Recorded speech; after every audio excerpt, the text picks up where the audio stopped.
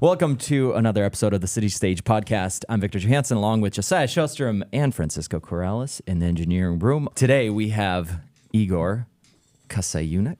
Kasyanyuk.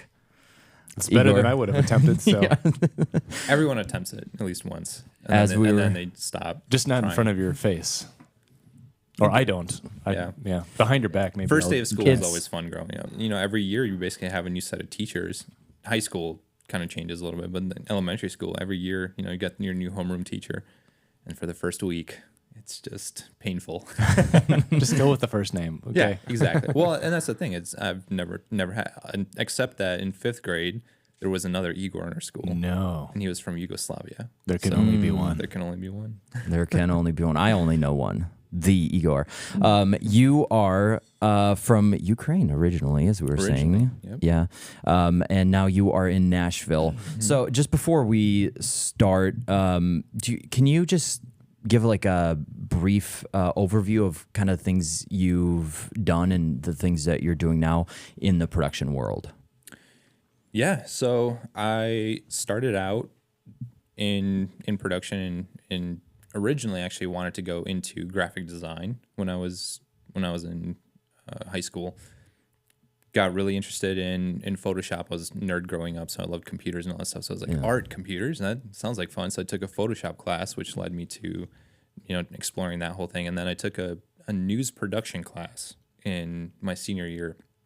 This is in high school. This is in high school. Yeah, yeah. I went to Harlem, graduated in 08, so that was the first year that they were doing it. Was my senior year, and we had block scheduling, so you get an hour and a half for each class during the day. So basically, for like 2 semesters, I was just in there playing around, you know, with Premiere Pro when that had first come out, and After Effects. Yeah. So you're like, oh, there's this whole new world that goes just beyond all this stuff. That's cool. And then we got into went and took some classes at the Mass Comm program in Rock Valley. Yeah.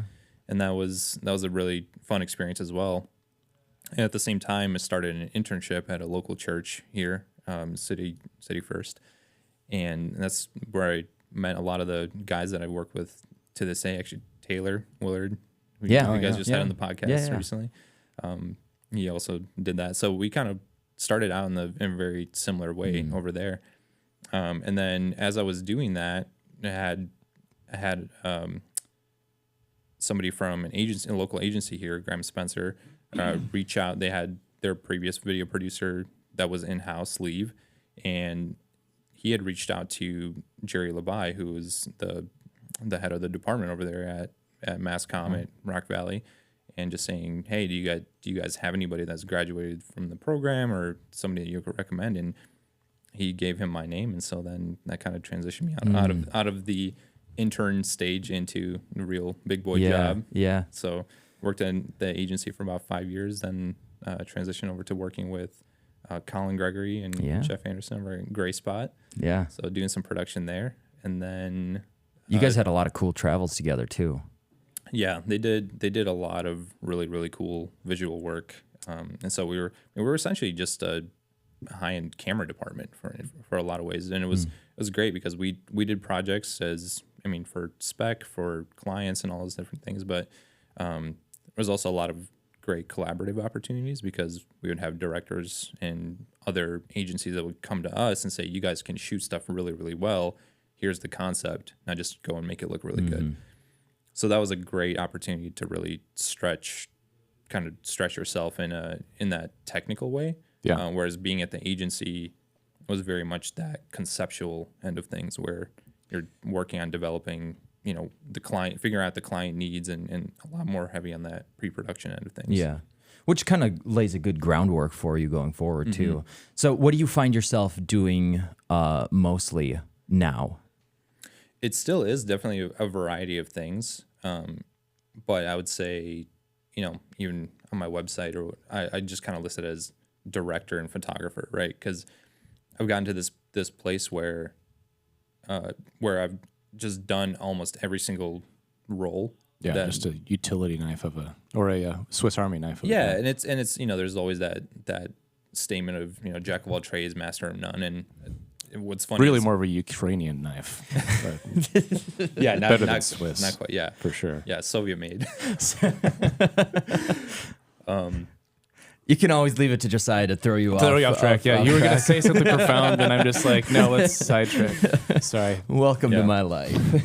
If you knew the number of like stupid quips that go through my mind that I don't say, I you would love maybe it. have a little bit More of impressed. respect. but- Yeah. No, that's great. Oh no, I was just saying that. But that statement, jack of all trades, master of none. A lot of people use that in a negative connotation, but then there's that other end of it, which is, but was it better yet than a master of some? Or I forget how the saying goes, but essentially there's that second Versatility, though. versatility. yeah, Just useful in a lot of areas. Yeah. yeah. And so it was one of those things where for a little while I definitely felt like, well, there's all these different things that I do, and I do this, and I edit, and I shoot, and I DP, and I'm trying to get more proficient at lighting, but also like, what is that thing that, because the people that you see getting the award, people at the Oscars or somebody that, is actually excelling at their craft, they're always specialists, and it's going to be somebody, the cinematographer that wins, the award for cinematography has been doing that, and they live and breathe that one thing. And there's always been that thing in the back of my mind of, am I doing too many things? Yeah. On the other hand, there's people like Christopher Nolan, who I've heard is really a master of a lot of different departments. Like he knows really a lot of everyone else's job. Yeah. And that's kind of something he's made a point to do. Yeah. To be able to kind and that's kind of what it's led me to, I think, is I never really, for some reason, maybe it's because I had met a lot of people throughout the production journey where be like, well, I'm a director, and it's like, it kind of gives up this arrogance, which I've always tried to avoid and stay away from. And Like other jobs are not too it's low for them. almost like, well, or just like you have the scarf and I'm a director. yeah, sort of you gotta have the I'm scarf. top dog. Like I have to be the one in charge, where I really value collaboration and all that. Yeah, but, you do. I think learning that through the process of being able to do all these different jobs, and now, I've kind of realized, well, I'm equipped to direct now because I can speak into all these different roles, and being on set. I mean, some feedback that I had received that was really reassuring from that is, oh, like, thank you for being able to communicate or understanding that this task takes as long as it does. Sure. Yeah. Because a lot of times, I've worked with directors, when I'm working on a camera department or this or that, where they go, okay, let's tweak it like this. And you go, okay, sounds good. And then within 5 minutes, they go, are we ready yet? Are we ready yet? And how many times do you get asked that question? I thought we were going to get that 20 by up over there. Yeah, Right? and you think, have you ever been on set before? Yeah. To understand that. But I think having been able to do all these different jobs, and I still go and do that. Just a couple of weeks ago, there was a gaffer in town in Nashville that reached out to me and said, hey, I need a third grip on this Kane Brown music video. I was like, well, yeah, I'll go, to this overnight shoot that probably has a $500,000 budget, just because I can be a fly in the wall, and it's a last minute thing, but my role is pretty non-consequential, Yeah. and so I can just go and observe, and it was great because then I got to learn how to rig an Airy or a Sky Panel 360 to a Condor crane. That's a big deal. never done that before, but now it's like I know what that takes, and I know what's possible with something like that. So That's cool. hopefully down the road I get a job that requires that, or I can Yeah. pitch that as a possibility, and then talk to the gaffer and say, okay, great, you can have 2 hours to do this thing. Sure. Yeah. I think sometimes you start out, you want to specialize in one thing, and you want to be, let's say, producer or director, DP, and then you go, that's all I'm doing. That's all I want to be known for. And then you lose these chances to be able to learn. Then you figure out, oh, if I do more, but then there's that balance, because we were in a podcast, what was it, earlier, the last podcast we did, I was just thinking, man, I do too many things maybe, but I enjoy it, all these different experiences. And, sometimes you would never get to experience a project if you didn't jump on as a grip, you know? Exactly. So Yeah. I think that it's definitely beneficial. As going back to when you were starting out, do you remember a time or a scenario project, something that you were working on where you went, oh, this is what I want to do for the rest, for my career, for the rest of the, future, whatever it is. Is there something that sticks out to you? Yeah, well, I think there's been several moments like that, and it's it has been this evolution of what you were saying, you know, thinking that you want to do this thing because, and maybe it's that first time you experience something where, you know, you get to be on a real set, right? It's not a corporate production where you're just filming talking head interviews and some, you know, B-roll on a tripod. You're like, oh, we're hazing up the room. We've got light, you know, we're filming this like really cool music video or whatever, or you're on someone else's set. And you kind of get to this place where you think, oh, this is what I want to do. And actually, for me, that was one of those things that pushed me out of and created this unsettling of being at the agency where I was, where I felt like we're doing all these things and I feel constrained by budgets or the types of projects that I'm doing. It's like, well, I really, because, you know, I had a taste of going on these sets and being like, oh, maybe I do want to be a DP. Maybe I really love being on set and working with the camera and doing all those things. And so that pushed me out of that. And so, but then also going off and then working with Colin and Jeff at Gray Spot was an incredible experience. And we got to do that. You know, we're shooting on, you know, Reds and like we have the dream gear and we're traveling and doing all these things, which was great. And then, but then you kind of get to this place where you go, well, is this what I want? Is this what I want to do? Is this enough? Is this fulfilling? And then from there, you kind of get to this place where now you develop a project and now you do a personal project or you do something that, you know, I did some projects where I was more in charge of the actual storytelling. And then all of a sudden you go, oh, that's it. That's the thing. I really like, I used to be, I still very much am like a control freak when it comes to just the technicalities of it. And I'll get very particular and a little bit of a perfectionist, sometimes too much. But you get to this point where you go, oh, that's not the important piece of it. Like I'm not precious about holding the camera anymore. Yeah.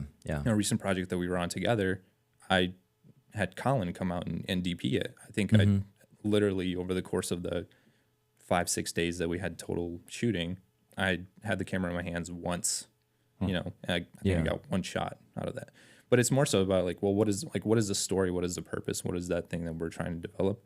And so I think the more layers deep you go, the more you can realize what that specific thing is. And I think for me, it just has become that aspect of story. And sometimes that is holding the camera because it's like I have that specific shot in mind. Sometimes it's just writing it and bringing along the right people to kind of make it happen together. And sometimes it's the edit. That's one thing. That's one thing I haven't been able to find is a good a good editor to work with. I mean, that's so related to the story too, though. I mean, it's certainly not uncommon for the director to be involved in that edit. Anyways, that's a cool story path. Just kind of that discovery of you know what your strength is. So, what have been some of? Because I can picture some of the things that have been most influential as. You know, I started doing this when I was 9-10 years old, and I go, okay, this led to me being, you know, I wanted to make movies, and then I went into this, and I still want to make movies. What were some of those inspirations for you that you kind of go that have you look back and you see they kind of forge this path of the stories you like and the elements you like to include in your projects? Do you have any of those inspirations that led you, or was it just more starting out in the techie side of the industry? It really was that, but I think if I look back, I mean, it's things going back, you know, to you said like 9 years old, right? Sometimes I wouldn't necessarily connect it, but my cousin and I we were obsessed with Legos growing up. That was the toy. It's like, what do you want for Christmas? More Legos. That's right. That's literally all I ever want to do. I mean, I think as a kid, I said I want to be either a firefighter or a Lego designer. But also knew that like being a Lego designer was probably not a viable career. So I was like, well, I can also just be a firefighter, you know, at 10 years old. But then, I mean, we would make stop motion videos with an old VHS camera where it doesn't have a stop motion. So you're start, stop, move it a little bit, start, stop, move it a little bit. And then, you know, a day and a half later, like we have 10 seconds of a film and this guy is barely moving across the screen. And you only animated the one, you didn't think to animate anything else in the background. It's just the one character moving slowly across the screen. Like, we made a movie, guys. That's right. So, but I mean, there's always that, you know, making funny commercials for, youth retreats or something like that in high school, never really thinking that it was a career. And there's things you always draw back from, that you look into the past, or films that you've seen. I've never really been the type of person that, I mean, even you asking that question, like I get a little bit of panic and psych. Like, wait, what are my references? Like, what are my inspirations? Because it's never one thing. Right. And I think sometimes, I mean, in the creative process, it's very different things that can inspire you. And depending on what the project is, I mean, sometimes it is a story-driven element. There's been nonprofit videos that I've done that I look to other people that have done that on a larger scale, and that's enough to really drive you. And for other creative work and commercial work, sometimes it's music. It's not. I mean, it's really not uncommon for me to spend almost as much time browsing through Music Bed as I spend on the rough cut. It's like I'll spend 2 days searching for music, and then in a day you knock out the first draft of the edit. Yeah. But that piece of it has to be right, and it's like. And then the client comes back and like, I love it, but can we change the music? I felt that one. Igor's like having conniption fits internally now. Yeah, my eyes are going to be twitching the rest of the podcast. So it's more of a conglomeration of different things that you've kind of seen and felt through other visuals and Yeah, for sure. I mean, if it's a visually driven concept, I mean, I'll go on FrameSet or a platform like that just to you're just drawing inspiration, and a lot of times it's unrelated things, right? I mean, to me that's the beauty of the collaborative process, and that's whether you're collaborating with other people or you're just looking for inspiration in other things. So you're almost collaborating with this ghost of somebody that already created this thing, right? And you're kind of just drawing inspiration and you're inferencing what they might have been thinking creating that thing, but then you're interpreting it in your own way. Who may have died hundreds of years ago. Yeah, exactly. And you're drawing upon that in a very different way. But I mean, in the collaboration process, I think sometimes it's the unexpected things that bring out the best ideas, and I find that that's where I function best, is in a room with people. And sometimes somebody over here will say a random idea, or they're maybe saying or talking about something that's completely unrelated to what you're here. Like, all right, we're going to get in this room, we're going to have a writing session, and we're going to talk about this idea for this specific video. And then all of a sudden someone makes a joke about something that's unrelated, and you go, wait, hold on. Well, going off of that, what if we, and then you tweak into something else. And I think somebody bringing something unexpected to the conversation, or you stumbling across something, same thing, browsing music, right? You're like looking for these orchestral cinematic scores, and all of a sudden there's a hip hop track, and you go, oh wait, maybe that is the vibe that we need to go down, and all of a sudden it changes the whole tone, and now all these shots that you had for your edit, you're like, oh, these actually work and they fit, and it just flows, Yeah. What do you think about? Do you just feel it out? What do you think? As far as selecting the music? Or? Yeah, just like, because sometimes I've been in that place where it's just not working. Yeah. But then I go, well, I know the tone should be this, and I think I'm sometimes kind of blocking myself from actually doing something that might not fit on paper. Yeah. But actually in reality, it goes, actually, this works really well. Yeah. I don't know. That's a tough one. Music is. Have you had anyone compose music, or are you just always looking for online sources? Yeah, like royalty free. There were a couple. Actually, back in the agency days, we had some people that would put music. Miles Nielsen actually had done a couple of tracks for. We did a couple of ads for the city of Rockford for the Tourism Bureau, and then he had put that together. So, but that was one of those things where that was already kind of created and locked in. So we would go back like, oh, can we actually extend the instrumental, an extra couple bars or something? So you're tweaking that. I would love to go through and actually create something where you're going through the score. And that's a process that's fascinating to me, because I think so many times you're editing to the music. Yes. But if you're having somebody score, they almost have to score it to the picture. And so like anytime I'd, watch cuts of, behind the scenes of John Williams composing, and I think, well, yeah, what an art form. Yes, but it's like the chicken and egg thing. You're like, where do you start with the pic? So I don't even know how I would approach it. And I think it just depends on who you're working with and what their process looks like, and you figure it out. What are your Are they given like a story arc idea for a scene, and like it needs to start and settle and be dramatic and transition? I remember I think it was for Oppenheimer. I just watched that. Phenomenal. I can't wait until they re-release it in IMAX so I can experience it again. I missed the 70mm film IMAX though, which and that was so worth it to see it. I got to see that. I watched it on my TV at home. Yeah. They just IMAX I'm a disappointment of a human. He's got an IMAX at home. Wow, I'd love to see that at home. Yeah. Where are we at? Just the question. Scoring. Chicken and egg music. And then there's like the Disney side of things where clearly they animated the picture like old school Disney, and then they had like whistles and whoop and whatever to just kind of.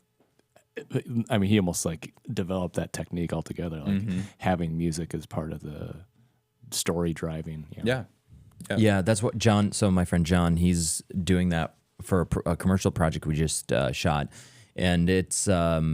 He had like a track that was similar, but then the track was so good that we were both thinking like maybe we just keep that one. But we had he working with a composer actually, and he's good. So it's a challenge for him too because he's wanting to stick to what we've been pacing our visuals to, what John's had an idea for, but now he's got to create something kind of original, but along the same theme and hit the same mood.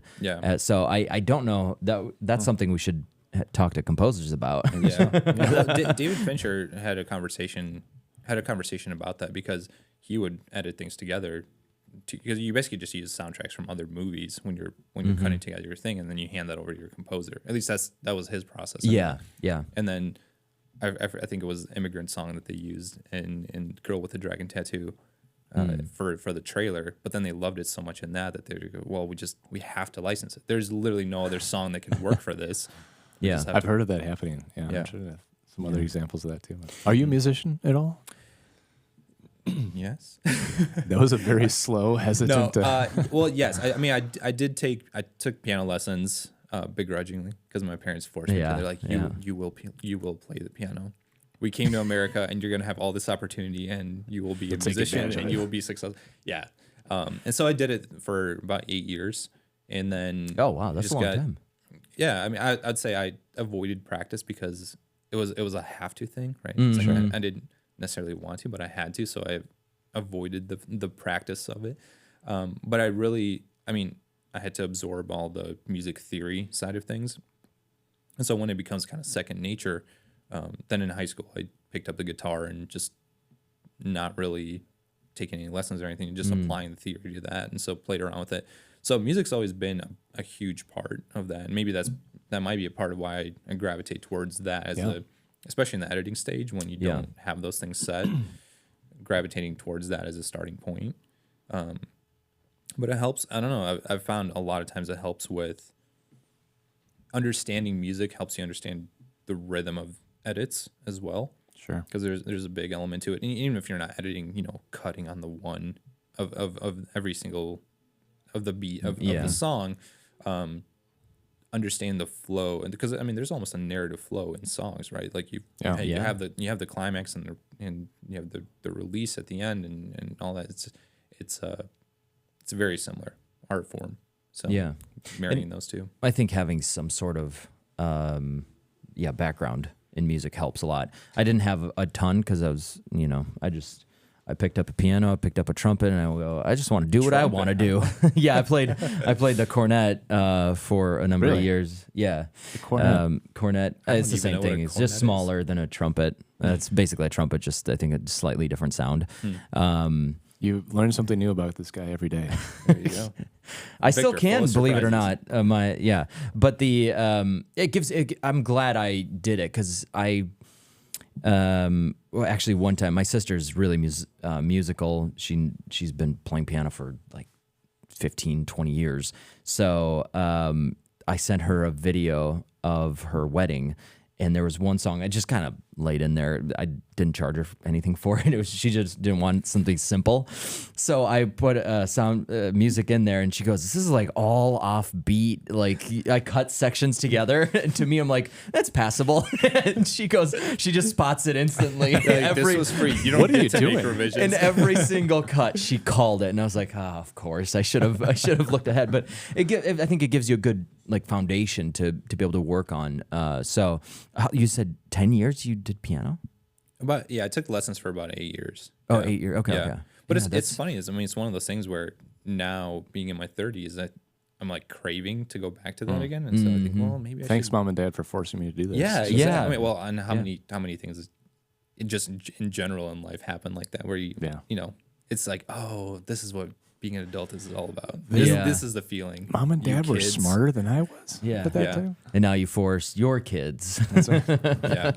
You just got your kids. What instrument?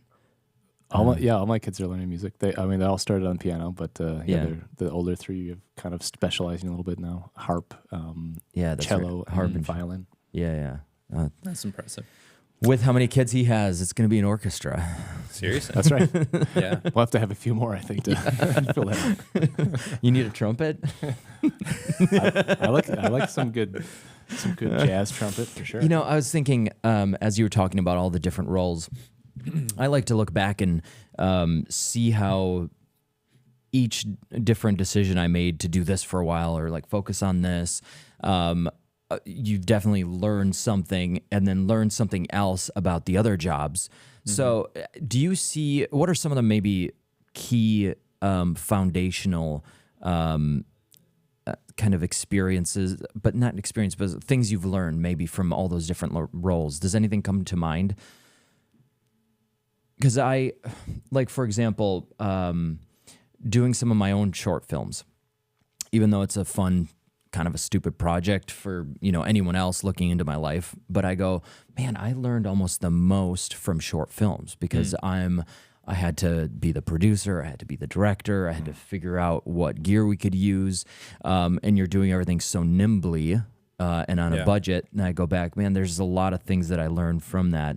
Do you see any of, like, for example, if you're if you're working in an agency, you figure out the story, the structure of things. So is there anything that sticks out to you that you've learned in all these different roles that have kind of, you go, okay, I've seen the foundation laid. Does that make sense what I'm asking? Yeah, for sure. I don't know if it makes sense to me.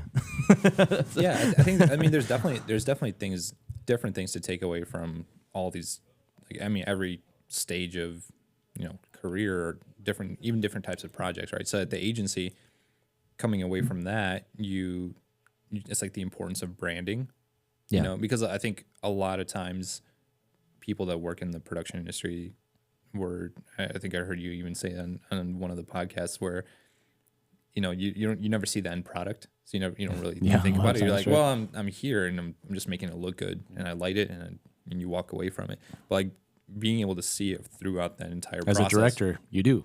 Yeah. You do see it. Yeah. But from the pre-production to, producing it and putting it out in the world. And then also as an agency, you're like, well, then you're tracking how well it performs or are there conversions from it? How is it integrated within the client's brand, their website, all those types of things.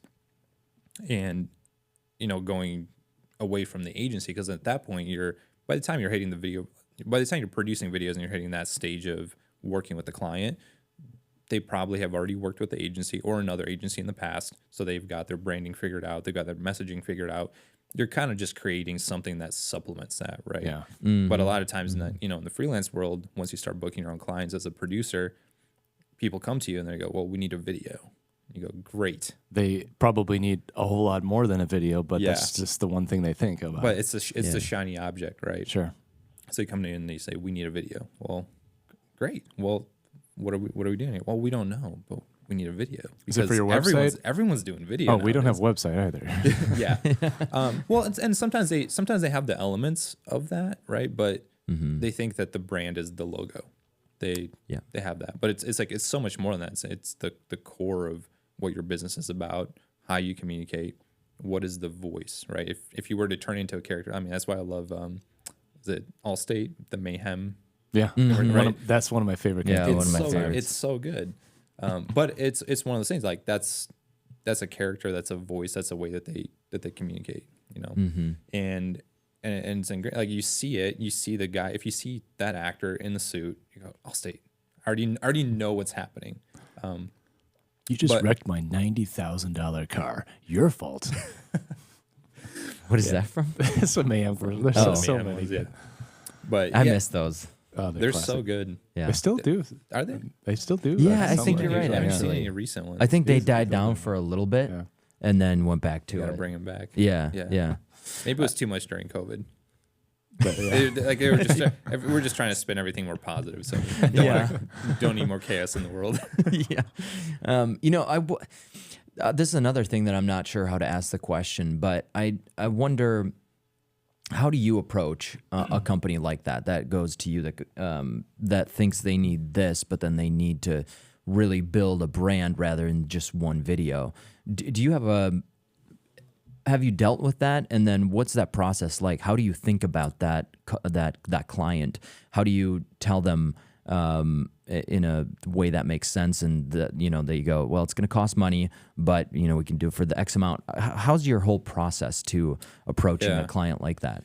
Well, I think you approach it the same way that you would with somebody that does have a brand established, right? But it's that discovery conversation where if someone knows who they are as a company, as a brand, maybe the brand is a personal brand where it's just that person, right? They do speaking, or they're an author or a musician or something like that. There's a friend of ours that we're working with right now just to develop his some visuals for him and stuff like that, do some photo shoots, and potentially down the road maybe do a music video with him. But it's a conversation that I had with him as well. It's like, well, what is your style? Like, what is your vision? Like, I know what your music sounds like, and I can picture, attach that, he's got this cool 80s vibe. So it's like, okay, well, are we just going to put you in 80s clothes, or is there is there going to be some sort of like complementary contrast to that where it's this, but you're dressing a little Western, or whatever that some might sort of juxtaposition with it. Exactly. Yeah. And it's like, but you have to define what that is, right? And so sometimes you'll approach a client and they'll just tell you, it's like, well, this is what it is, and here's our style guide, and here are the 3 sentences that really define for anybody that would approach our brand, or if we were to go to a new agency, we just hand this over to them, and they would know how to work off of that. Yeah. But then sometimes it's, well, we don't know, and so you just have to know the questions to ask. And it's, who do you guys are? How do you want to come off? Is it strong and confident? Is it friendly and approachable? Do you just want to be known as the expert, like to the point where you develop an identity where people don't even think to question you, because you are the ultimate authority on this topic or in this industry and about this product. And so sometimes people just don't think about those elements of their brand, because their business is going and they get referrals, and a lot of times that's what happens is they're coming to you for marketing. And it's like, well, how have you gotten most of your business? Well, it's referrals. That you didn't really have to, like, your work just spoke for itself. But now at this time, now you get to this place where you actually have to define what that is. And I kind of went through a bit of that myself, where even marketing, being here in Rockford, worked off of so many referrals, and you had connections, and people throw you jobs, and you meet people, and because you've been in a place for so long, it's just natural, right?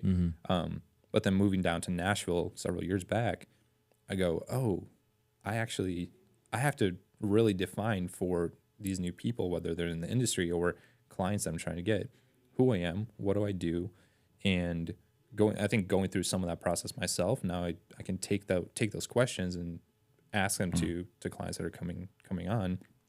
And sometimes it's just a matter of developing trust, where if they see you as that expert voice in that conversation, then they trust you to do it, right? And it's like, I'm not trying to bring them on board and create their entire brand, but at the same time, it's like, well, if we're going to do a video, let's make sure that has a direction. And then if it works out and it's good and it's on brand to what they, want to move towards, well, now you have something else to work off of. So if they become a repeat client, and you keep doing more work together, well, essentially you're just building that in the process, you know? And so then, you know, who knows, like down the road, maybe they take what you have developed and then take that down to an agency and say, well, this is who we are. And like, we'd like to now rebrand or restructure or create new design that's based around that stuff. So I think this is something we've talked about a little bit in a while back. We've been working together for what, two years, three years, something like that. I first met you. Yeah.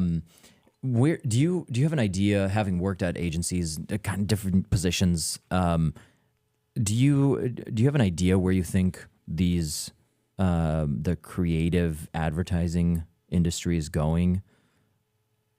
As far as like, before you'd have big agencies that would take on, you know, vast amounts of the work. Don Draper days. Yeah, exactly. So do you have an idea where it's going in the future? Where do you see the smaller companies fitting in, or is it maybe one person takes on two different companies? Any insight on where you think you would be going in the next, you know, I don't know, 5-10 years? Yeah, I mean, I've seen it go both ways. It definitely swung hard, you know, with social media and all that stuff. It definitely swung hard to that direction of away from the agency model, because one, you just end up, I mean, agency are just expensive. You have so much overhead with that. So it's like somebody might come to you for design, but on your team you've got graphics and video and multiple creative directors and account managers and all that stuff. So all of a sudden your billings, you know, your billable hours have to be at a certain amount, or your rates have to go up or whatever, and you're balancing that. And I think that probably, you know, with you add inflation on top of that, and it's like, great, now all of a sudden this model is just sinking like the Titanic. And so you definitely saw it swing the other direction, where it was these micro agencies, and a lot of companies I even saw trying to bring marketing in-house. We also see the inefficiencies of that, because when people only understand small elements of it, or they don't fully understand, you know, we're talking about branding. If they don't fully understand what branding is, and they do see it as just like, oh, it's our logo and it's our tagline, it only goes so deep, right? Yeah. And so they're really more of just a designer. Exactly. Maybe. Yeah. And so I've seen a lot of smaller agencies, and like, because it's become so democratized, and, you know, an agency can be anywhere. You can communicate over Zoom and email and all those types of things that we do on a regular basis now. It's definitely gone that way, where there's these micro agencies that maybe don't do everything. But because I feel like the industry has become so spread thin that it seems like there really aren't that many specialists and that much. So it's like everyone is offering everything. But they also, you can't ever do everything. So even though I talk about, like, you know, even just within the production world, I've done all these different things. That doesn't mean I can't gaff as well as you, and, you know, you produce like no other. So it's one of those things where figuring out what your specialty is through that process is probably the best thing to do. Yeah. So I've actually seen a little bit more of that agency model coming back in, because I think people are realizing it is effective. But on the other side, it's a lot of things like we do, where it's freelancers and these collectives of designers and all this. Like, you don't have to be under the same roof anymore. You don't have to even work for the same company, but you just develop networks of people that you like to work with. You bring in the right people for whatever the project right job. needs. Yeah. And now all of a sudden, now you don't have to bill for a 20-person team to the client that only needs this one thing. You just kind of subcontract the types of people that need to be on that project. Yeah. And it's been effective. And I think it serves both the clients and the creators. Yeah, good observations. Yeah, very good. I think, I mean, to me, that just seems like a better model if you're a company looking for, to create a brand, you know, just like something overarching and big like that.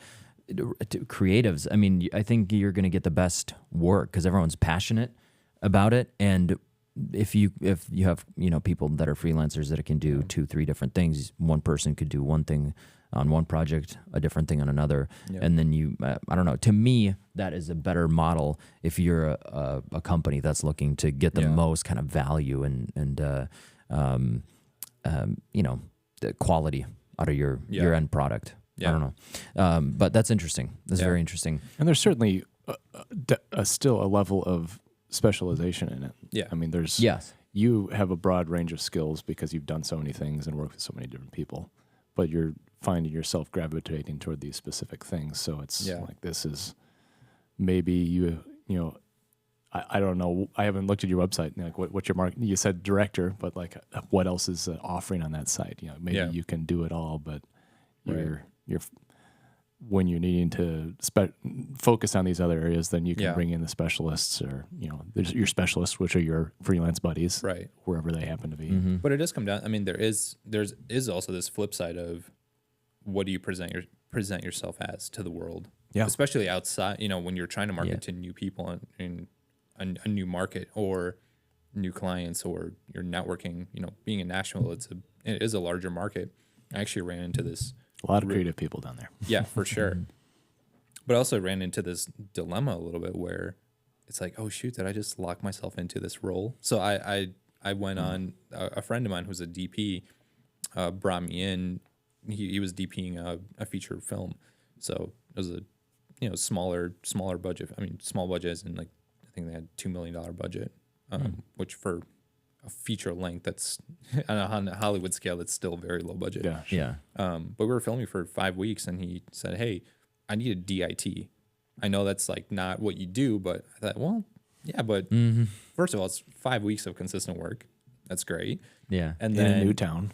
yeah, and new in town, and it's like it'll give me an opportunity to meet a ton of people because we're fully crewing up and all that stuff."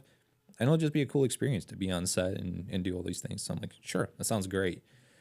Well, over the next several months, I keep getting calls to do DIT work. I was like, you do a job too well, and you'll keep doing it. Yeah, I thought, well, I'm pretty sure I didn't move to Nashville to become a DIT. Yeah. But it was as a digital imaging technician, for those out there in the basically you just copy media off of cards and back things up to hard drives. You are responsible for organize all of the. It is actually pretty high pressure. It is. Oh yeah. I can imagine. Yeah, we shot on the Area Alexa Mini LF. Okay. So single card. It's a lot. Cameras nowadays you have dual slot recording and all that stuff. Yeah. Nope. Single card. Here it is. Here is literally everything that we just spent. However many tens of thousands of dollars. $25,000 day. Don't. Yeah. Yeah, so they just hand it to you, and you hope that computer doesn't crash halfway through or something shorts out. Yeah. Yeah, but no, it was one of those things where literally I got probably over the next 6 months or so, like 5 calls to do DIT work, and I just thought, well, shoot, how do you avoid that, right? Because you want to be able to do things, you want to say yes to stuff because that's how you network. But then do you show up as a DIT on site and you go, I actually don't do this all the time, but yeah, and then that doesn't look good either. I've been there. You see those people. It's like, I'm actually a director, and they're like craft services PA. And you never want to be that guy. Yeah. That's the tricky balance. I mean, especially if you're a little less confident in a role that, let's say you wanted to be a DP and be taken seriously by, your peers, and you show up as a gaffer on a shoot. That's not that far off. No, but I mean, like, it's a DP is it's a little different. So if you want to be known as that is an interesting one. But I think as weird as labels are, I remember when I was I think I was like 19, 20, and I listened to someone talk about just that thing, and they're just saying, just whatever you want to do, call yourself that, and then work hard.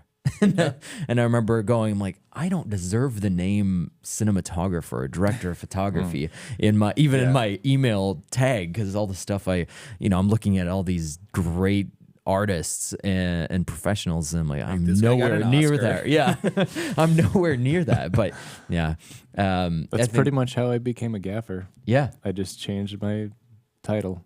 It's like a Hoyt. Was it Hoyt and Hoytma? Christopher Nolan's DP, okay. The guy that did Oppenheimer, and then it's like there's him, and then me. It's like that's what it feels like when you start using labels. And stuff. We both have the same title, so basically. Deacons. Yeah, please. good friends. It's funny. Just I think you and I were talking during that when you transitioned to like mostly gaffing, and I remember you saying that I just started calling myself gaffer, and then you became one. Yeah, but there's something to that. Dapper gaffer. The Dapper Gaffer now, yeah. I did not coin that myself, by the way. I just adopted it. What is the story? I don't think I... Well, the Hamill brothers, you know the Hamill? Yeah. They were the Know of first them. ones to say... Like, oh, that's right. There was someone else too. I forget who it was, but okay. multiple people came up with that term, and I'm just like, okay, maybe I'll just Can you request that? And now you in the trademarked credits? it. Like instead of yeah, just instead of my actual name. No, instead of Gaffer, it'll say Dapper Gaffer. Then then the regular Gaffer. Yeah, well, then, Yeah. then you Rigging got your Gaffer, Key grip, best boy, but Gaffer. I would copyright that if I were you. I should. Well, I mean, soon enough it'll just become a role. Like you're either a Gaffer or you're The Dapper Gaffer. We I mean, actually need a Best Boy Dapper had to come Gaffer at some on this one. You know. Oh, you're just a regular Gaffer? Means to Yeah. strut around and what are your shoes? The shoes you like? Alan Edmonds. Alan Edmonds, yeah. We should shoot a brand piece for Alan Edmonds. We really should. We could Why do a not? spec piece. They're American-made shoes up in just north of Milwaukee. And apparently every president since Roosevelt. I don't remember. It's like You just pull out a random president. yeah. It's like 5 out of the last 6 U.S. presidents have worn them Okay, for their that was so inauguration day. I was like every president ever. You forgot Has every worn- president except Since Abraham Roosevelt. Lincoln. Yeah. Well, you know, the interesting thing is you've done all these different positions, and now you've had somewhat of a change in your path. And recently you've started working with Triad. Almost, I couldn't remember the name. So can you just, I think Triad is a really cool example of a company that's wanting to focus on branding and doing really cool work. Can you just give an introduction of how you started working with Triad? And so you started out freelancing for them, just doing videos. And I think they were, number one, just kind of give an example, define what the company is, the internal structure of it, and then how you guys started working with them. Because I think it's very, very cool. It's kind of always a difficult question. I'm still trying to work on the elevator pitch or the elevator speech of that. Because there's so many for Triad. Yeah. Because they're like, so what's this company that you work with? Well, so we're in a podcast, so yeah. I mean, have a seat. Yeah. Okay. So let me draw some diagrams. But essentially, I mean, first and foremost, they are a business development company in the independent financial advisory space. So that's kind of a mouthful, but essentially, financial advisors that are working with people for financial investment, retirement planning, all those types of things that are independent from the larger banks. So if somebody were to start, same way in insurance brokerages, you have people that only sell State Farm or they work for State Farm, but then you have people that can open up an office and they're just an independent middleman that can help with that stuff. So Triad Partners is a business development company that works within that. They also help facilitate things for the financial back end kind of things. So because of the way regulatory things work in the U.S., you have to have like a broker middleman type of entity in between the advisors themselves and the investment products. So like whether it's a specific investment platform or if it's a insurance brokerage, if they want to do sell life insurance or things like that. So that's essentially that's kind of where the revenue, a large portion of the revenue stream is from those back end support type things. But then on the business development side of things, we provide coaching and tools for people to grow their businesses, help them scale. We do events throughout the year, bring in well-known speakers and people that can help inspire, bring structure, and just really help your businesses grow. I mean, a lot of our clients, so we work with about 70, anywhere between 70 and 80 offices now throughout the United States that are top producers. So they might be making, or have new business that is well within tens or sometimes even hundreds of millions of dollars of new investments that they are helping people invest and facilitate, but they're running an operation of only 5-6 people. And so helping them scale that because they have the work, they have the clients, but to be able to do that, to create the work-life balance you need structure with that. And then we also provide marketing and tools for them to grow their businesses on that side. So that's kind of where I had come in on that end. And so it's an interesting position to step into, going from being freelance for about 4 years to now having, essentially a job again to work with them. And it's a cool hybrid position where on one end, I'm essentially working for them. They almost feel like a client because we're helping develop Triad to still sell their services and still develop themselves as a company and get new clients. But also now, like, we're also kind of an agency in the same way. Yeah, you're almost like an in-house agency. Yeah, we're like an agency, but then we're creating things for our clients and doing marketing materials for them. Yeah. Kind of thing. So I get to see at all times. I get to see both sides of the equation. So hiring people and contractors and managing that stuff, and feeling guilty for asking people to do revisions and all this kind of stuff. Yeah, because I know how it feels. Yeah. But then also dealing with the client end of things and actually producing work for them as well. Yeah. And so you started working for them when you were a freelancer. Yeah. So Frank Chabelle, shout out to Frank. I know Frank. You guys need to have him on the podcast. We should. Yeah. He's a stage lighting designer. Yeah, really, incredible live lighting producer. Or lighting design, LD, right? Yeah. I've ran him on a couple of projects in the city. Yeah, good dude. But the company that he was freelancing for, they were doing lighting and sound, like AV, for an event that Triad was putting on in Nashville, and it was right after I had moved down there. So they asked the AV company, like, oh, we probably would like to record some of this or have like a recap video made of this thing. Frank goes, oh, well, Igor just moved to Nashville. Hey, do you want to come and do a project for this financial company? I don't really know what they do and all that. Basically did one project, created a recap video, and they loved it. Called me back for the next event. And then next thing you know, we started doing tons of work throughout the year. And we ended up working together, where they became, basically like half my billings 1 year was with them. Yeah, yeah. It's amazing how like one project like that can really just change your trajectory. Yeah. Well, and that's the thing is, walking into it, or even when you're hearing about it, you think, well, this doesn't necessarily sound super exciting. It's a financial investment business development company, and they're doing some conference at a hotel, and and then you show up and you're like, oh, okay, they have these incredible speakers that are world renowned that are coming in to do these things, and so you're like, you're working the event, and you're capturing footage, but you're also listening and going, oh, this is really awesome. And then you meet the people behind the scenes, and you go, these people are really great to work with. And then you do subsequent projects, and you realize, oh, there's actually a really good relationship here. And it's that development where and now, me actually going on staff and working for the company, it was just a natural transition. But it was something where it's like, well, you also had to take that first step and kind of walk into it and know that this could be something, it could be nothing, but you don't know.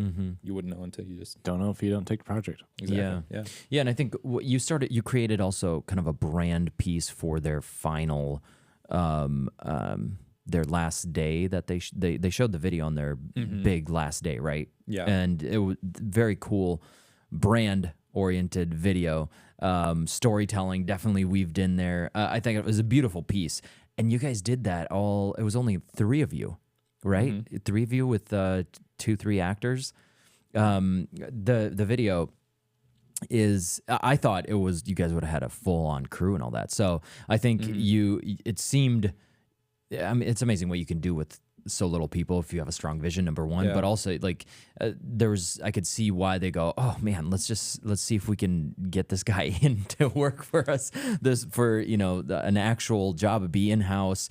But the beautiful thing, I think, that speaks to Triad, and the reason you decided to go this route, is the values that Triad has, and the work-life balance, and understanding that work isn't everything. So can you dive into a little bit of that? Because I think it's really cool from them, but also it fits in within your life, because being stuck if you were just in a regular agency, you have so many constraints. Your schedule isn't as flexible. Whereas with this, it's a completely different ball game in terms of actually jumping into a company. So can you talk a little bit about values and how it's kind of positioned around your life, the rest of what you do? Yeah, for sure. Well, I think even just to back up before that, when I did go freelance, a big part of it was, it's like you want the freedom. You want the freedom to be able to take the work you want, say no to the things you don't want. You don't want to deal with vacation days anymore, right? Yeah. You're like, oh, well, how many do I have left for the year, and all this stuff. So doing that, it's like, yes, you do create that, but at the same time, now you're running your own business. If you stop, the business stops, and so it's one of those things where the more that kept growing, and I was getting more work and more projects, it really does become something that just it can become something that consumes your life, and oftentimes it did. And it's much easier to hit burnout when you are working for yourself, because you also, you're also putting the pressure and the ownership, and if you have ownership of your thing in your life, then you don't want it to fail, right? It's your baby that you created. And so whether that's from just this personal thing, and it's your livelihood, but also from maybe a little bit of an ego thing. You're like, well, I don't want that, I don't want this thing to crash and burn, because I just put all my eggs in that basket. And so working as a freelancer still because we worked together for about 3 years with Triad and doing projects, and seeing their values and actually seeing them kind of practice what they preach and live it out. Their big motto, if you're around them or you go on their site, it's do business, do life. And you will get sick of hearing it if you're around them, but they really do mean it. It's like, you can do business and you can do life, and you can do them separately, but also why not do business with people you want to do life with, and do life with people that you want to do business with, right? So it's like their whole thing is work-life balance can never work if you want to, because it's always a sacrifice. If you want to grow your business, you're going to probably have to sacrifice things in your life. And as you get further in life and you have kids and a family and other things that just matter to you, or unexpected things come up, then you're either sacrificing those, or you're going to sacrifice things on the business end, and you're not getting that growth that you might want. So their whole thing is throw out work-life balance, let's bring in work-life integration, where it is in a healthy way, and you can scale, and you work with people that also have the same values, and now all of a sudden you're supporting each other, and you're building community, and you're developing this stuff. So going in and working for them and with them, there is that freedom and flexibility to where they understand the balance. And it's not even just taking time off and working, it's also what is the creative balance, right? So it's like, well, if I have, I'm sure you feel this, it's like, if you do a bunch of corporate videos, and it's just a bunch of talking heads and all that stuff, well, you need something that gives that little bit of spice back into flex the creative muscle a little. Yeah, like, let's just go do a music video for free for somebody. Like, literally, let's find anybody. The musician, the guy playing guitar in the corner of the street. Like, do you want a music video? Let's go. Because Are you free today? Because I just need to light. I need to light something creative. I need to put some haze in the room. It's and so even within that, there's a healthy balance of needing to do those business development tools, and maybe sometimes the talking head videos are the recording the keynote address and cutting some social media clips out of that stuff.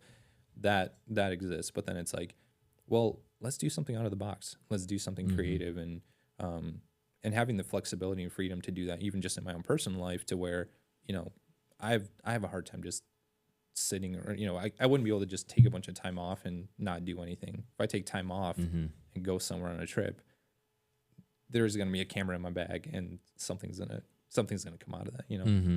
Yeah. Do you still freelance at all? Yeah.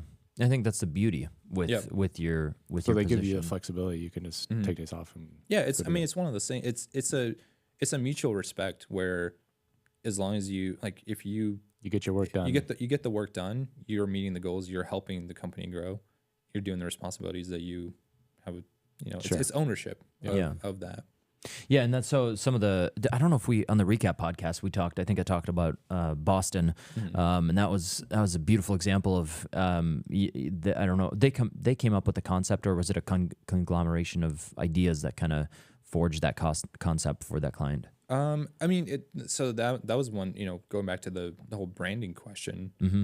That was something where SHP, our client, they already had an established brand. Like they're a huge office. They do, they have like 50 employees now. They do a ton of work.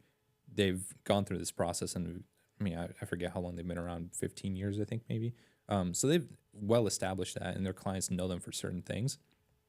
So now it's just a matter of, hey, how do we take this thing that exists and do something creative with it? Mm-hmm.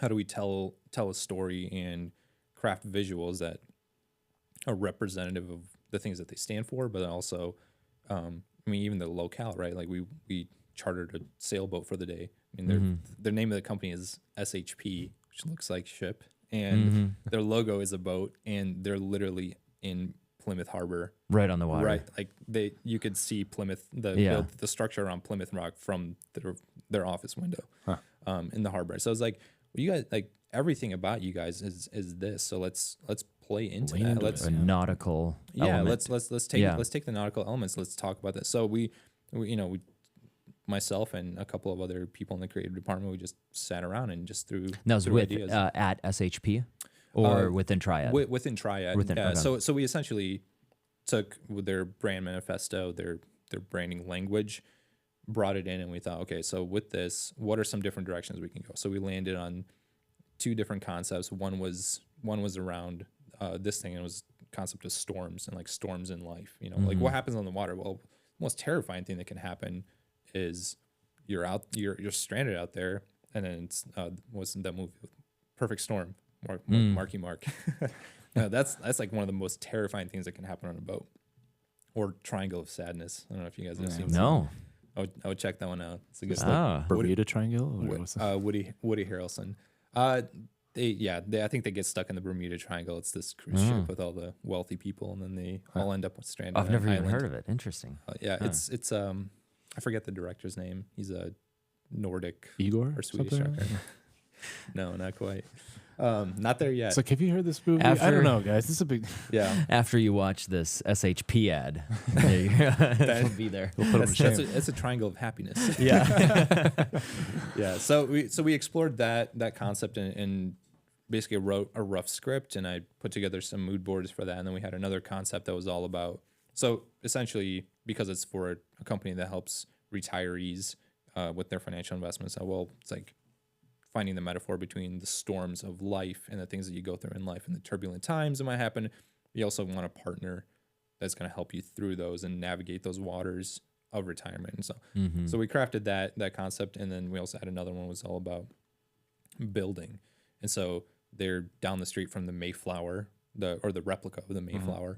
And so it was like, there's ships that have come here, and so those ships have to be made and built. And so we're like, well, it'd be really cool to approach it from the standpoint of building something, and you're building your life, you're building your wealth for this journey.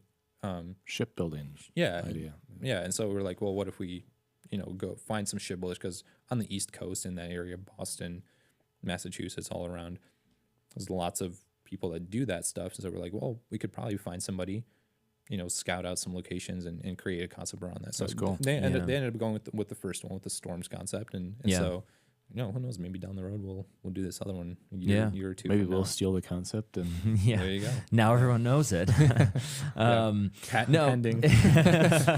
No, but I think it was a beautiful example as we were talking about branding. I think that when you sent me that script, because I came on just assist, pull focus, ran the camera a little bit, but we're definitely skeleton crew. Yeah. But I mean, we got some beautiful shots, and I mean, you're in the harbor there on a sailboat. You captured how many someone people amazing. are going to fit on a sailboat? Yeah, well, that was one of the limitations. Yeah, we had maximum of 6, I think. We had 5, I think. We had 6 because it was. that's right, 2 actors. Yep, 2 actors and so you weren't going to have a full G&E department. Yeah, no. Couldn't. Nor could you put a C-stand on a sailboat, Josiah. Try me. Yeah, that's true. Yeah. I could see a lot of ropes just Oh my gosh. holding C-stands. We could barely hold a reflector. Yeah, sitting on that yeah, thing. that's true. But no, that was a beautiful example of branding, and I'm looking forward to seeing that. It would be fun to even do a little breakdown of some of the pre. Is that done? Is that can we see pre-production? it? We're in post-production. He was supposed to have it done. No, Unacceptable. We That's don't why- know that's when why this is you're- coming out. yeah, okay. Oh, that's true. That's true. Who knows? This podcast, This podcast might air next year. I don't even know. Who knows? possibly. This is the rate we've been going. No, This is it'll. an ambiguous time in history, right? Yes. That's right. Is it 2024? Is it 2025? We don't know. Well, Happy New Year. Yeah. Not to rush things here, but we are at about an hour, and I do have a lunch meeting. Oh, okay. They can I wait. was not aware. We Yeah. also have We have the Igor. we That's also right. have those videos he dropped. So I don't know if you guys want to talk Yeah. about those. So one of the last things, I think Triad is such a cool company. I'm so glad you're doing some really cool things there, and I'm also looking forward to seeing where you're going, what you're going to do in the future, because I think you got more things lined up in the next year. Lots of ideas. Yeah. And things. So that's cool. But along with that, one of the cool things that you've been doing is working you're working on a documentary with Kraft and Foster. Is that right? Yeah. I want to talk about that because that's a really cool thing. You've been actually out to India filming for them. So can you just give me a little synopsis of that whole project? Yeah. So Chad and Melissa Burgess, who own Kraft and Foster candles, so they're based here in Rockford and produce their candles here in Rockford. And I'm pretty sure they're stocked in multiple locations throughout the city and stuff. So they've got their main line of those candles, but they also, those guys just have such awesome hearts and just love and care about people. And so they wanted to find a way to create something that is also going to just give back and have a humanitarian side to it as well.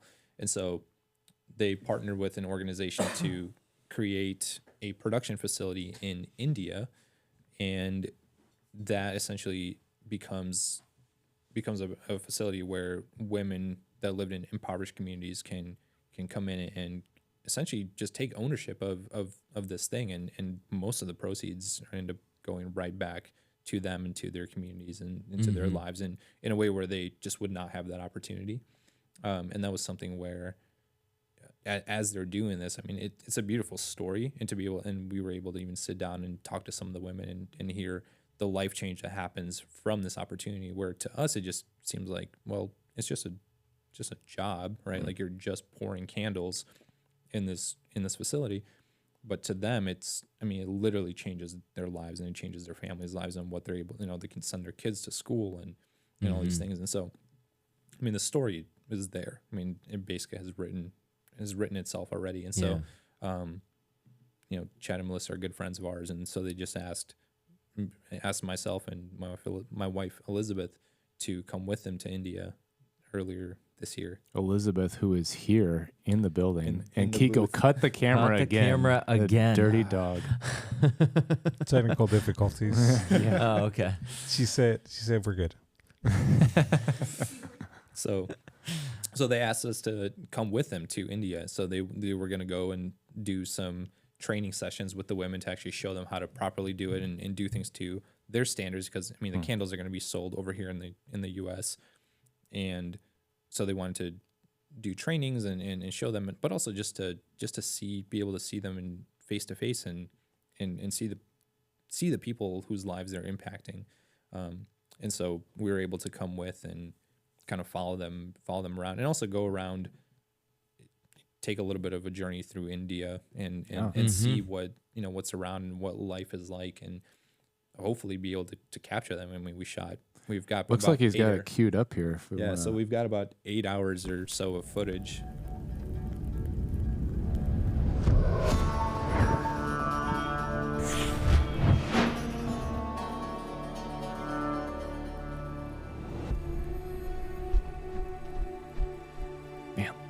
sound design. Yeah, right.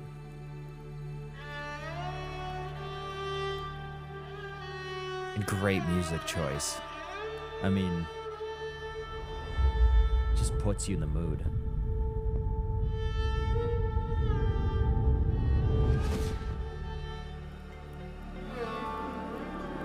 I feel like I'm about to watch an epic tale.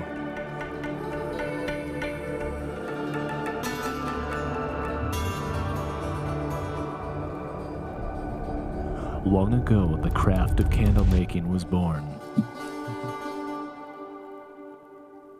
What does Wow, that that's stand cool. for? So Tove? Tove, yes, and now Did you do the whole post on that? yes, Yeah. Well played. Yeah. thank you. Yeah, Elizabeth could probably define it better. I always forget the definition of it, but it's It's a word? Elizabeth, it's a yeah. Do you want it's a to word. get on the mic, Elizabeth, in the engineering room? No, I'm gonna let him take a stab at it. I think it essentially refers to things that are beautiful and Okay. and good. Yeah. Okay. Yeah. Yeah, but I mean, I love that video. Number one, right away I'm engaged. The sound effects are awesome, and it just it creates this mood. It just creates this mood that you're there. You're experiencing. It's like a little teaser. For It felt like what a the trailer company to is. like Yeah. a, Yeah. Well, and a that's, movie. and that's I yeah, love that's it. what it is. And actually, this week we're gonna because as we were traveling in India, all we were doing is very low key. Also, Yeah, this was phones. That was Sony FX3 Okay, stripped FX3. down and iPhone 15 with Yeah. Apple log. Yeah, In situations where it's like, okay, we probably should, it'd be we more probably discreet. should, have to be Yeah. discreet and not pull out a camera. But surprisingly, you almost can't tell which is which. Yeah. So I was very, very impressed with Apple. On that yeah. one. What was that experience like going there and filming? I mean, Elizabeth and I have traveled a lot, and so I think, it is one of those things where I never really feel uncomfortable. I love being in those uncomfortable situations because it actually just feels more like home. Just being able to, I don't know, go and explore new cultures and see things and Yeah. the food. Oh my gosh, Yeah. food's incredible. But yeah, I don't know. Those are the projects that make me feel the most alive.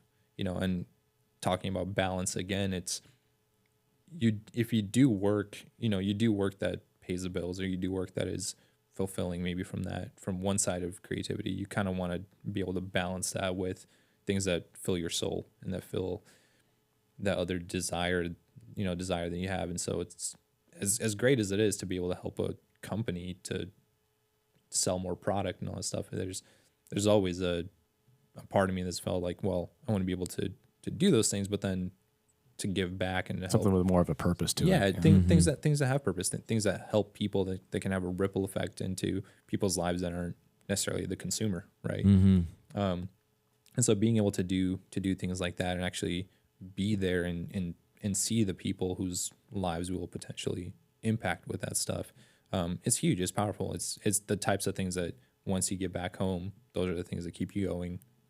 Going back to that, and it was the process of, we filmed that around, I think it was end of February. Then we went in March, first week of March, that we were over there and filmed.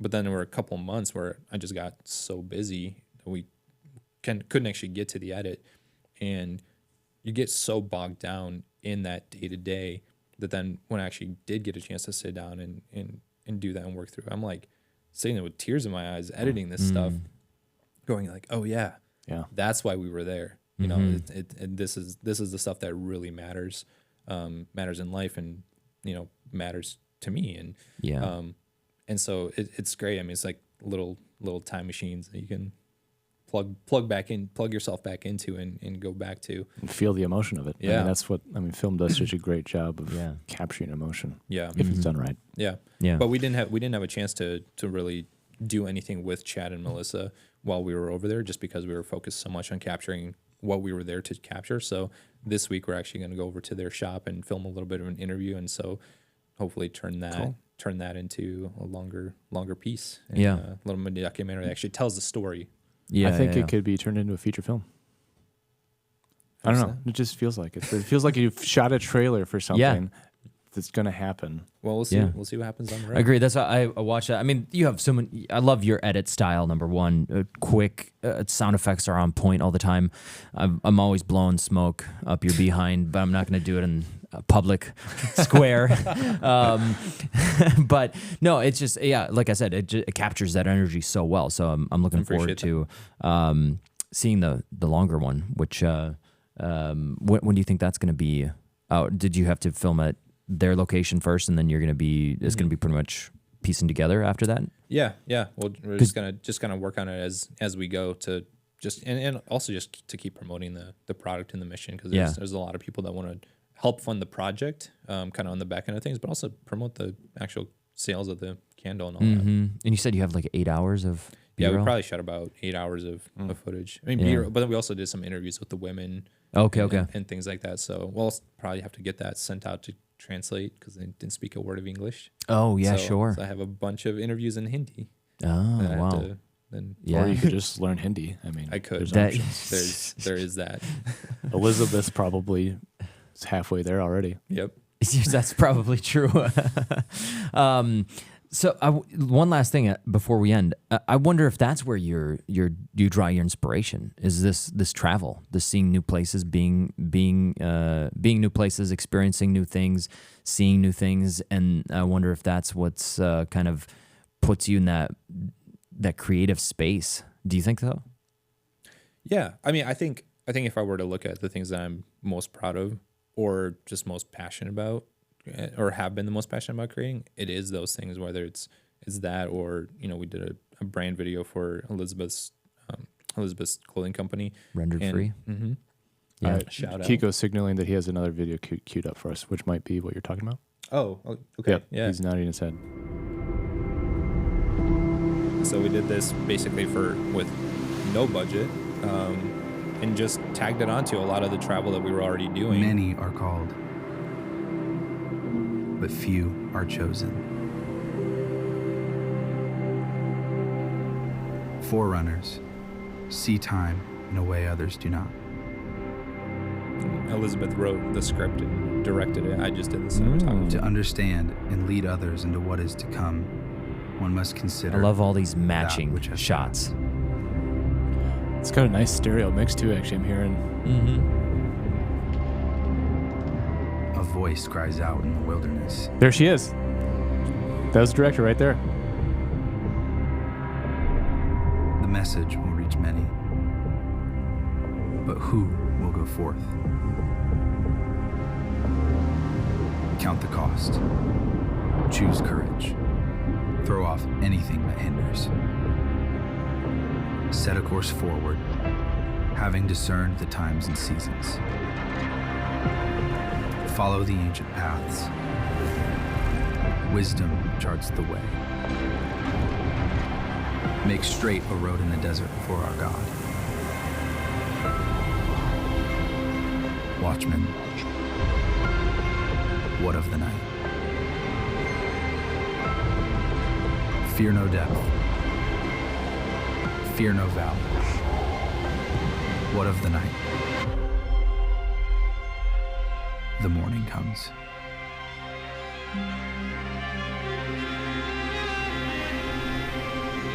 The narrow road leads to wide open spaces.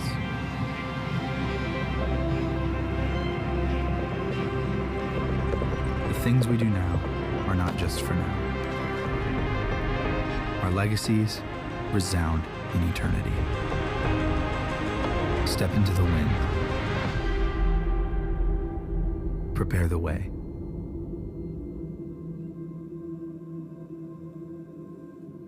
Okay, so Elizabeth is really the director here. You're just kind of lucky to be here. Exactly. Now the truth comes out. Yeah. Okay. What are you doing here? We're interviewing the wrong person. You are interviewing the wrong person. No, I love No, that. that was gorgeous. Man, Yeah. you just shot a ton of that at the perfect time of day too, right? Like, was that, Yeah. did I mean, you like wait, or like, was that, or you just happened to like have a camera in your... Well, we planned out the shots in those things, but there were also stuff, the stuff in the desert in Sedona. We had a project that we were doing in Scottsdale. So I was like, well, we're already in Scottsdale. Take advantage of the Let's location. just extend our trip. They've already dressed the set for Yeah. us. Let's just shoot it. It's like how much will it be to change your plane ticket? Just stay an extra 2 days. Okay, great. Let's just do that. And then Elizabeth brought one of the outfits with, and we were able to go out there and film that stuff, and cast, and for the rest of it, just cast our good-looking friends. That's right. Yeah. But pro tip for you guys out there, I'm guessing you didn't light any of that. No. Yeah. See, so that's the trick to make something look good is you just have to be in the perfect conditions at the perfect time of day. So Exactly. somehow Yeah. you guys were able to organize that. It's So- a lot of fun early fact, evenings, late and nights. we shot all of that handheld. yeah. Yeah.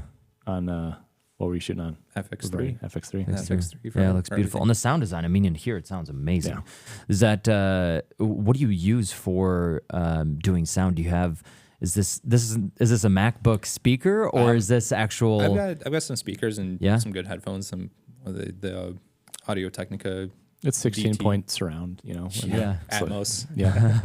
Atmos studio. No. I actually got to film a podcast in a Atmos studio Dang. a couple of weeks ago, Really? and that was incredible to be in. I mean, just literally speakers everywhere, Wow. and then the sound is next level. Yeah. I mean, sound design What is, an underappreciated. I mean, I feel like Yeah. a lot of Yeah.